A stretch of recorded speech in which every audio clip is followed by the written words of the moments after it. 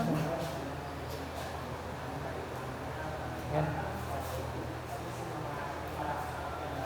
hinihiling ko ang lahat na tumayo para sa ating panalangin. Aizan, maaari mo ba paunahan ang ating panalangin?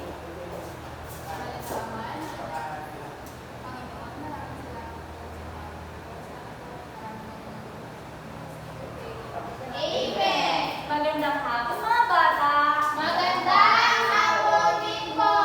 Okay, bago kayo maupo, pakitingnan ang ilalim ng inyong mga upuan kung may mga basura at kung meron man, ay pulutin ninyo ito at ilagay sa inyong mga bulsa o sa inyong bag at mamaya itapon ito sa basurahan pagkatapos na ating klase. Naunawaan ba? Opo! Okay, maaari na kayong umupo. Ngayon ay tignan natin ang ating talaan kung meron lumiban sa klase ngayong umaga. Okay, base sa talaanin natin ay lahat ay narito at handang matuto sa ating magiging talakayan ngayong hapon. Mga bata, lagi ninyong tatandaan na tayo ay may mga alituntunin sa loob ng klase at narito ang mga ating alituntunin na kailangan sundin. Janalyn, maaari mo bang basahin ang ating mga alituntunin? Manatiling malinis ang silid-aralan. Huwag maingay kapag nagtuturo sa harap ang guro. Itaas ang kamay kapag may katanungan at gustong sumagot. Makinig ng maigi kapag ang guro ay nagsasalita. Igalang ang guro at mga kamag-aral. Makipagtulungan sa tuwing may pangkatang gawain. Okay, maraming salamat, Janalyn. Naunawaan ba ninyo ang ating mga alituntunin sa loob ng klase, mga bata? Okay, mahusay. Ngayon mga bata, dahil papalapit na ang Pasko, ang iba ay nagsisimula na mamigay ng regalo at isa tayo sa mga mapalad na nakatanggap ng munting regalo. At ito ay nanggaling kay Ginoong RCJ. Halina't sabay-sabay natin buksan ang munting regalong handog sa atin. Janalyn, maaari mo ba itong buksan? Sa bilang na 3, 1, 2, 3. Ano kaya ang laman ng regalong ito? Maaari mo bang ipakita sa inyong mga kamag-aral?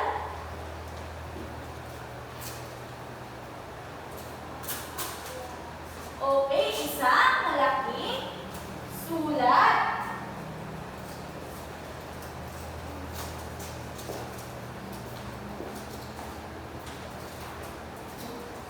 Maaari mo ba itong idikit sa pisara?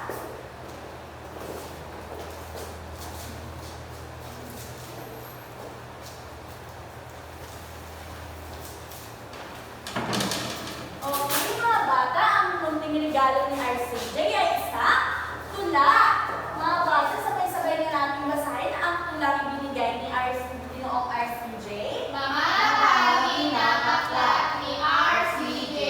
Bahaging mabalat, laman ay pangalan ng aklat. Ang paunang salita mula sa may aklat. Ang kalahulugan na nagbibigay kahulugan. Talaan ng nilalaman pagkasunod-sunod naman. Kung nais makita ang paupuan, sumanguni sa katawan. At sa karapatan, hari naman, malalaman kung saan nakailan. Okay, mahusay mga bata. Ako ay nagagalak sapagkat ipinakita ninyo ang inyong galing sa pagbabasa ng tula. Ngayon mga bata, base sa binasa ninyong tula, sino ang may akda ng tula? Aizel? Si RCJ po. Mahusay, si RCJ ang may akda ng tula. At patungkol naman saan ang tula, Mitch? Teacher, mga bahagi ng aklat po. Okay, mga bahagi ng aklat. Ano-ano naman ang mga bahagi ng aklat na nabanggit sa tula, Janalyn? Ang paunang salita po. Okay, paunang salita, mayroon pa ba, Aizel? Kalahulugan po. Okay, talahulugan. May nakita ka pa ba? Teacher, kailangan ng nilalaman po. Okay, mahusay. Meron pa ba kayo nakikita or nabasa? Okay, Bernardo. Okay, mahusay. Meron pa? Wala. Janalyn?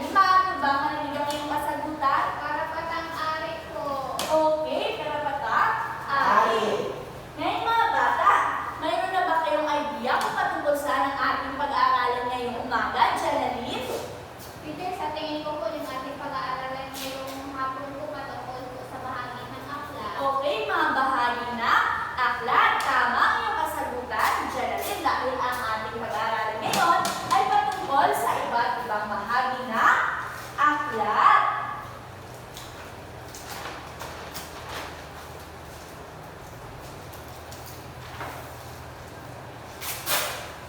At bago ang lahat, narito muna ang ating tatlong layunin. Maaari ba itong basahin, Aizel? Pagkatapos ng 50 minuto, ang mga mag-aaralay na asahang natutukoy ang iba't ibang bahagi ng aklat sa pagkalap ng impormasyon, nagagamit ang iba't ibang bahagi ng aklat sa pagkalap ng impormasyon, nakapagbibigay ng kahalagahan ng paggamit ng iba't ibang bahagi ng aklat sa pagkalap ng impormasyon. Okay, mahusay. Ang tatlong layunin ito ay inasahan na inyong magagawa sa pagpapatuloy ng ating talakayan ngayong hapon.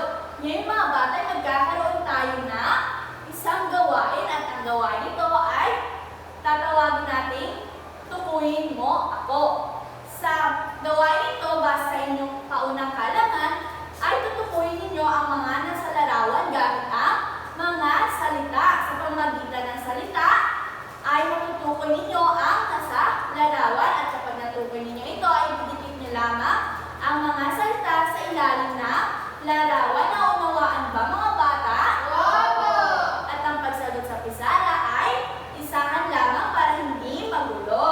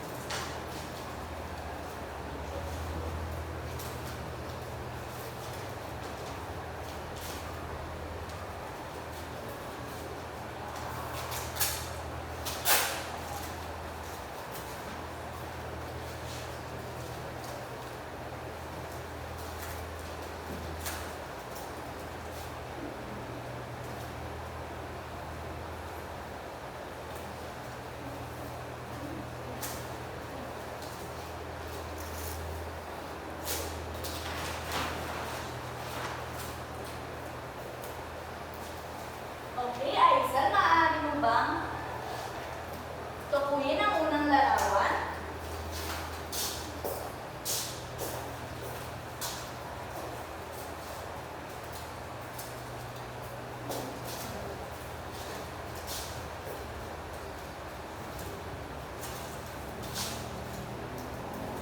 Para naman sa ikalawang larawan, Janalyn.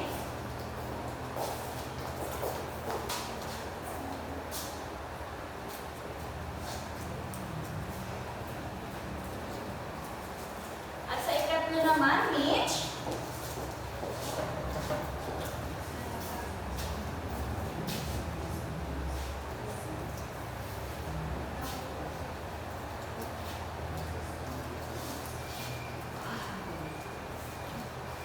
Sa ikaapat naman, Pokwang.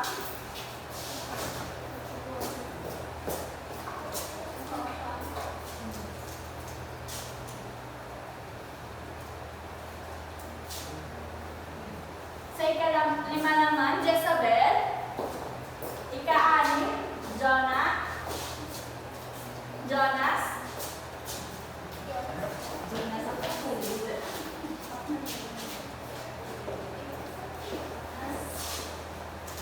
Sa ikapito naman, Jonah.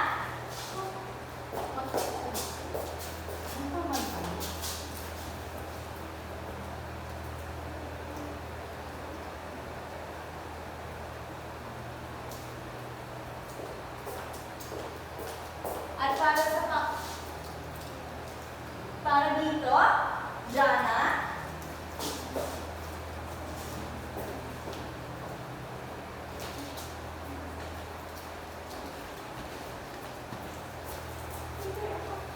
At sa huling larawan, Berhel.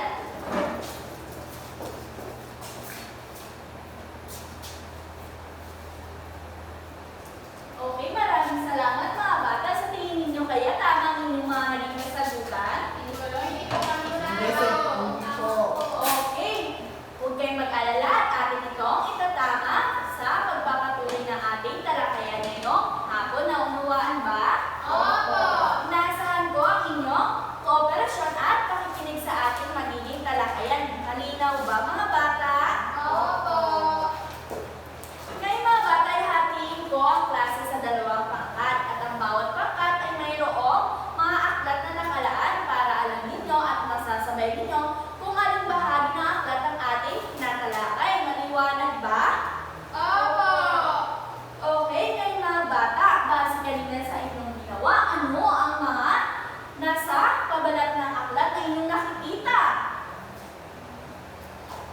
Okay, Janeline? Mayroong pamagat po tapos may baitang po. Baitang. Okay, mahusay. Base dito ay meron daw pamagat at may baitang. Mga bata, ang pabalat na aklat ay katulad nitong hawak ko ang aklat. Tingnan ninyo ang mga hawak ninyong aklat. Meron ba itong pabalat? Opo! Okay, ang pabalat mga bata ay naglalaman ng pamagat at may aklat. Mga bata, ang pabalat na aklat ay makikita natin sa harapang bahagi ng aklat. Maaari ito ay meron din sa likurang bahagi na kung saan makikita natin dito ay ang ISBN number. Naunawaan ba? Opo! Okay.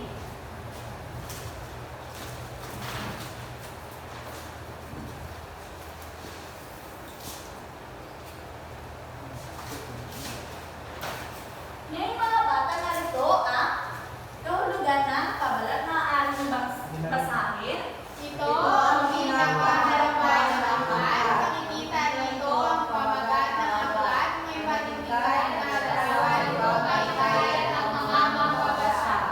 Okay, mahusay. Saan daw natin makikita ang pabalat na aklat, Aizel? Sa pinakaharapan po.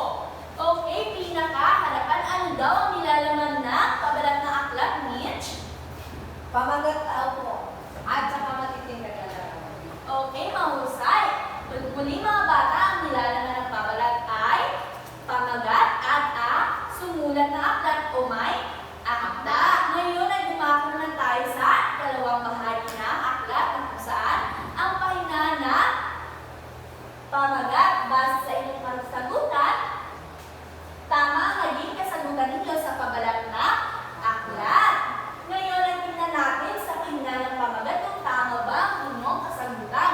Okay, tama dahil ang pahina ng pamagat ay makikita natin sa unang pahina, pinakaunang pahina ng aklat. Tingnan ninyo ang aklat na hawak ninyo. Nasa unang pahina din ba? Nakita ninyo ang pahina ng pamagat? Opo! Okay, mahusay dahil ang pahina ng pamagat ay naglalaman din ng katulad ng sa pabalat. Ito ay mayroong pamagat at mayroong ding may akda ang sumulat na aklat.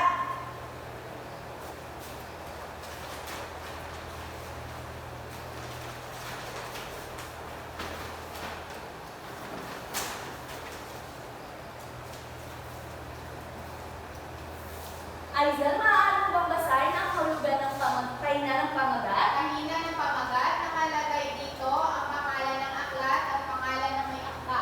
Okay, mahusay. Nakalagay daw sa pahina ng pamagat ang pangalan ng aklat or pamagat ng aklat at na pangalan ng may aklat. Ngayon ay tumako tayo sa ikatlong bahagi. Ito ay ang karapatang ari or karapatang sipil. Ito ay makikita natin sa likurang bahagi ng Unang pahina. pahina ng pamagat. Okay, makikita natin siya sa likurang bahagi ng pahina ng pamagat. Okay, ang nilalaman ng karapatang sipi o karapatang ari ay ang taon at kung kailan na ilimbag at saan ito na ilimbag. Dito din nakalagay ang ISBN number. Ngayon, tingnan natin ang inyong kasagutan kung tama nga ba. Tama kaya ang inyong naging kasagutan? Okay, tama dahil base sa larawan ito ay mayroong mga narito ang taon ng pagkalimbag at kung saan ito nailimbag. Ito ay nailimbag sa Cebu City Calamansi Street Corporation, First Avenue. Okay? Naunawaan ba ninyo mga bata? Opo! Okay, ngayon ay dumako tayo sa kahulugan na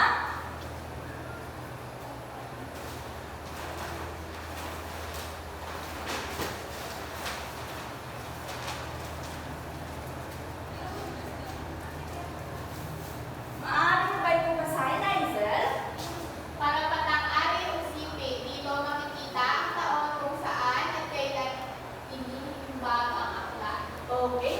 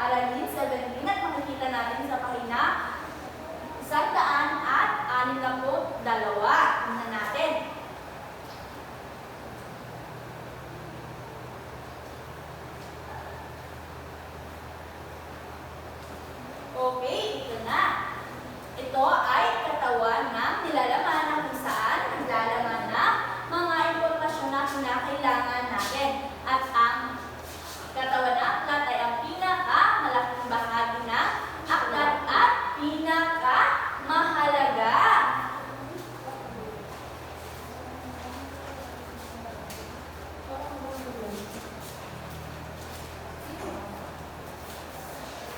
Ngayon mga bata, maaari niyo bang basahin? Katawan ng aklat. Ito ang pinakamahalagang bahagi ng aklat. Dito mababasa ang nilalaman o paksa ng aklat. Okay. Ang husay, ngayon ay tumakot tayo sa kasunod na bahagi. Ito ay ang kalahulugan o glossary.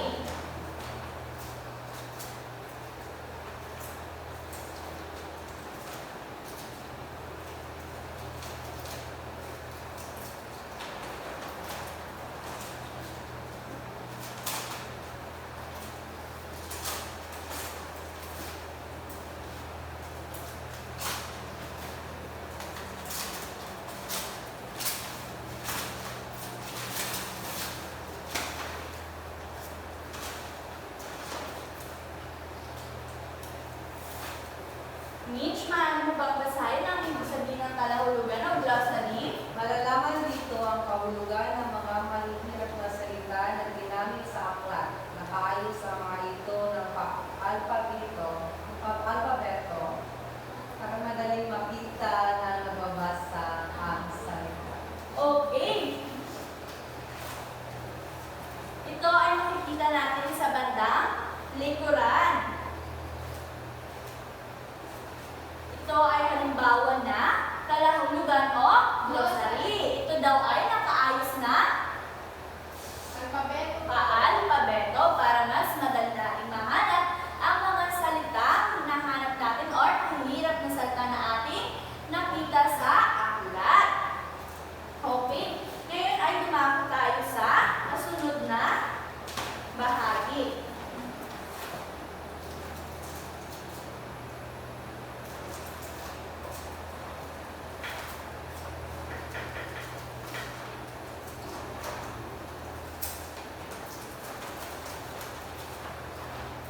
Ano daw ang kasunod na bahagi?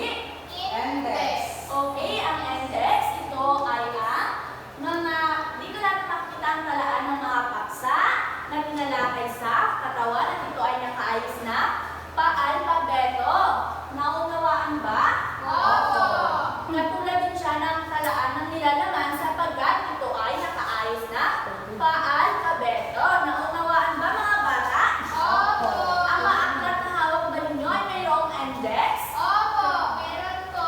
Okay mga bata, lagi ninyong tatandaan na hindi lahat na aklat ay mayroong index katulad na lamang na hawak ko, wala siya index. Maliwanag ba? Opo.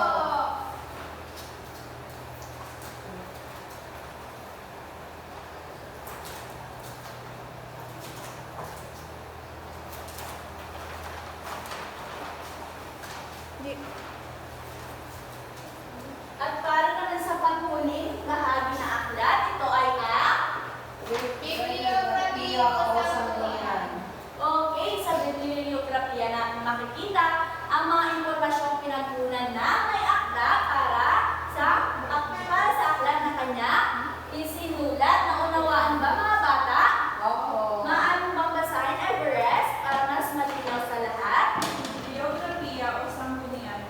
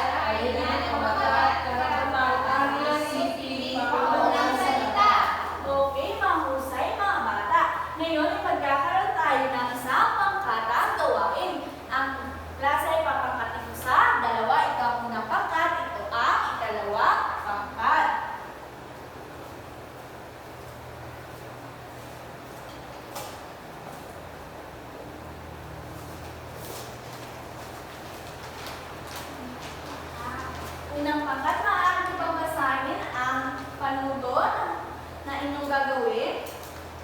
Tukuyin kung anong bahagi ng aklat ang sinasabi sa pangungusap. Base sa iyong kasagutan, hanapin ninyo sa ibaba ng larawan tumutukoy sa iyong sagot at ilagay ito sa ilalim ng pangungusap katabi ng inyong sagot. Okay, maaari na kayong magsimula. Unang pangkat, para naman sa ikalawang pangkat, maaari pa itong basahin. Everest, ang inyong panuto. Gamit ang modelong aklat, sagutan ang mga sunod na tanong at kapag nasagutan ninyo ito, idikit ang mga salitang nakakaon kung saang bahagi ng aklat ninyo nakikita ninyo. Okay, bibigyan ko lamang kayo ng 5 minuto para sagutin ang inyong pangkatang gawain.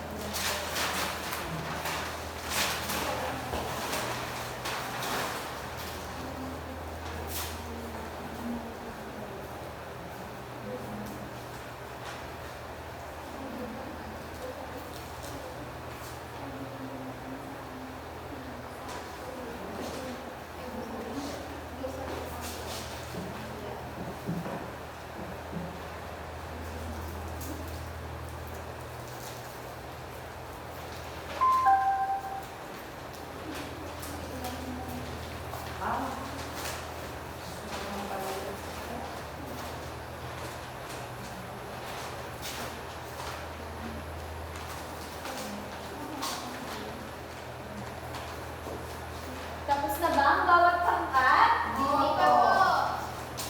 Okay, may 1 minuto pa kayong natitira.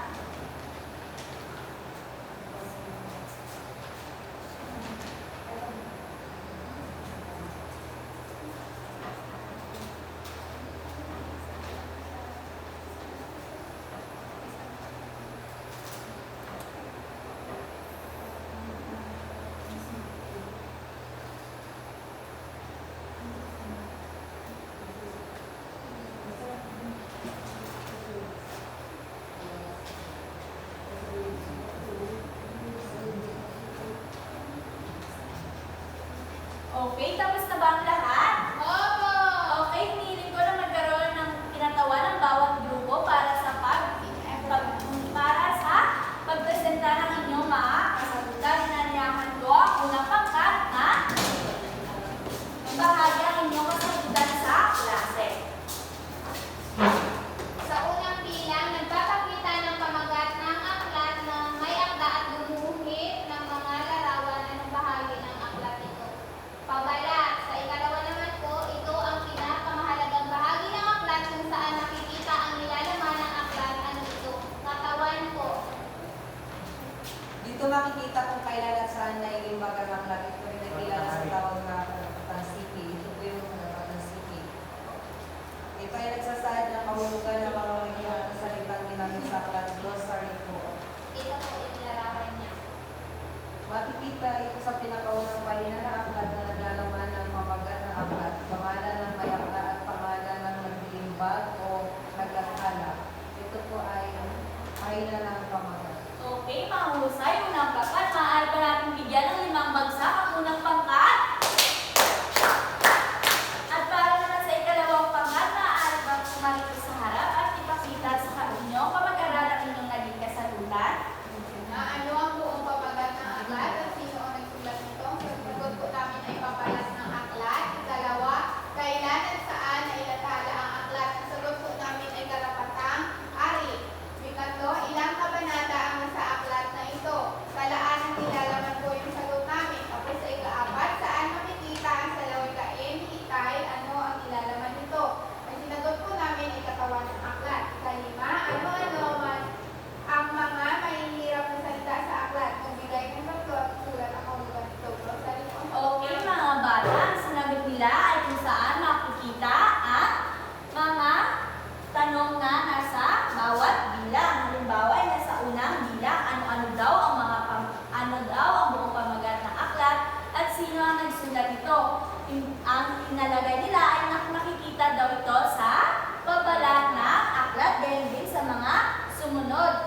bibigyan nila kung saan matatagpuan ang mga itinanong sa bawat bilang. Naunawaan niyo ba? Opo. At dahil dyan, bigyan niyo ang ikalawang pangkat ng 5 bagsak.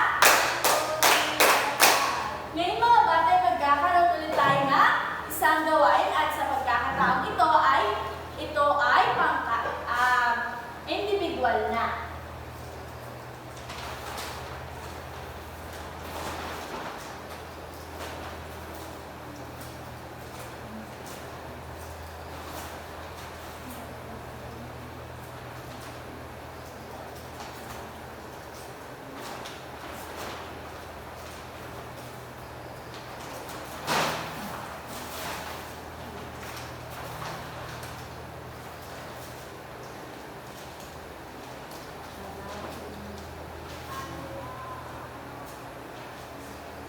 Okay mga bata, maaari niyo bang basahin ang ating panuto sa gawain ito? Hanapin sa inyong mga aklat at tukuyin kung anong bahagi ng aklat ang nasa pizarra. Okay, ako ay magtatawag ng mga batang sasagot at ang pagsagot sa pisara ay isahan lamang. Okay, dyan na rin para sa unang bilang.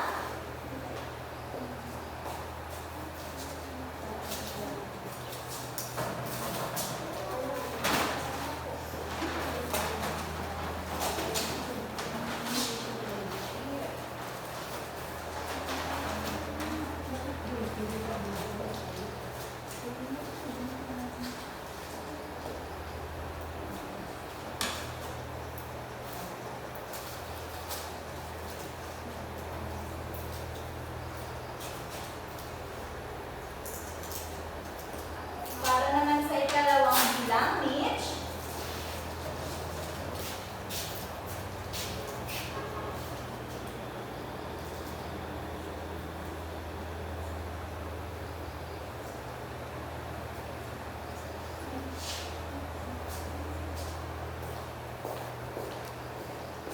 Para sa ikatlong bilang, Leia.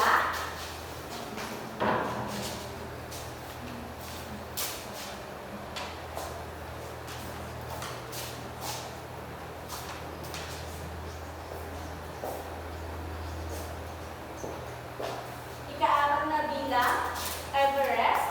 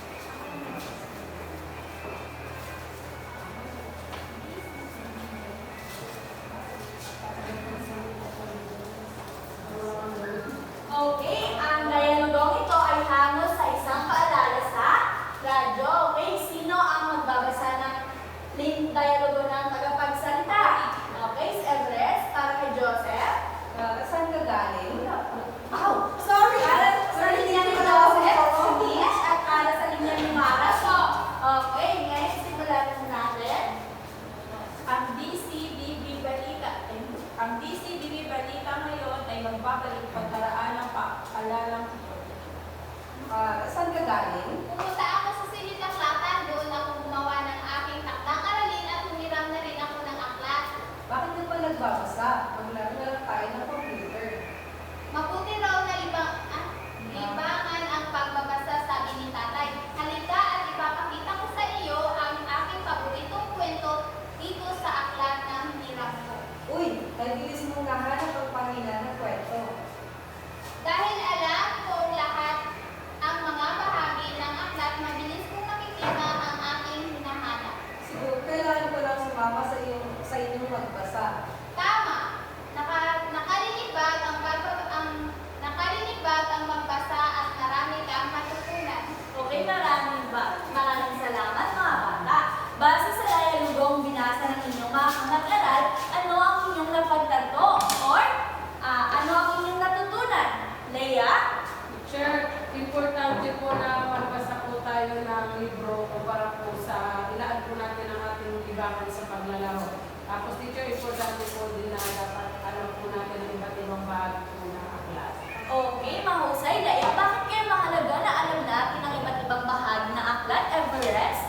Para po teacher, pag may hanapin tayo teacher, alam po natin kung saan pangina tayo pupunta. Okay, mahusay. Para mas mabilis natin mahanap ang ating mga kailangang impormasyon. Katulad na lamang na tingin tayo sa talaan ng nilalaman kung saan makikita ang paksa na ating kinakailangan. Dahil sa talaan ng nilalaman, mas mabilis natin mahanap ang paksang ating hinahanap kaysa magbuklat tayo na pahina sa pahina. Naunawaan mo ba? Opo! Okay, halimbawa na lang may pinapahanap ang inyong guro at ikaw ay pumunta sa silid aklatan. Ano ang unang mong gagawin, Aizel? Okay, ang inyong guro ay may ibinigay sa inyo gawain at ang kinakailangan ninyo ay pumunta ng silid aklatan. Ano ang inyong unang gagawin? Nakuha ko teacher ng libro. Okay, kukuha ng libro. Sa pagkuha mo ng libro, Aizel, ano ang una mong titingnan? Titingnan ko po yung mga kahina. Okay, Mitch? Teacher, yung unang kong titingnan yung kabalat ko. Ako teacher. Verhel? Ay, maraming salamat, Mitch. Verhel, may dadagdag ka? Teacher, yung titignan ko ba teacher yung talaan ng nilalaman ko? Okay, mahusay. Verhel, titingnan daw ni Verhel ang talaan na nilalaman para daw mas mabilis. Leia, may dadagdag ka pa ba? Teacher, tatanong ko po sa librarian po kung at saan po matatagpuan ang aklat na pinapahanap po ng aming guro. Okay, mahusay. Mga bata, mahalaga na alam natin ang iba't ibang bahagi ng aklat sapagkat kapag alam natin ang mga bahagi nito, mabilis lang natin mahanap ang mga impormasyon na kailangan natin at sa paghahanap, dapat alam natin agad kung ano ang pamagat, sino ang nagsulat para mas mabilis natin siyang makita or mahanap kapag tayo ay pupunta ng silid aklatan. At ang sunod natin gagawin ay titingnan natin ang talaan ng nilalaman. Sinabi ni Verhel para mas mabilis natin makita or kung nandun nga ba ang paksang hinahanap natin na uunawaan ba? Opo! Okay mga bata, inyo ba bang natatandaan kung ano ang ating mga tinalakay ngayong umaga? Opo! Aizel, maaari mo bang ibigay kung ano ang ating tinalakay ngayong umaga? Ang tinalakay po natin ngayong umaga ay patungkol sa bahagi ng aklat. Okay, patungkol sa iba't ibang bahagi ng aklat. Ano-ano ang mga bahagi ng aklat na ating tinalakay, Jenaline? Ano po, talaan ng nilalaman ng pabalat tapos glossary, bibliography. Okay, may dadagdag pa ba kayo sa sinabi ni Jenaline, Everest?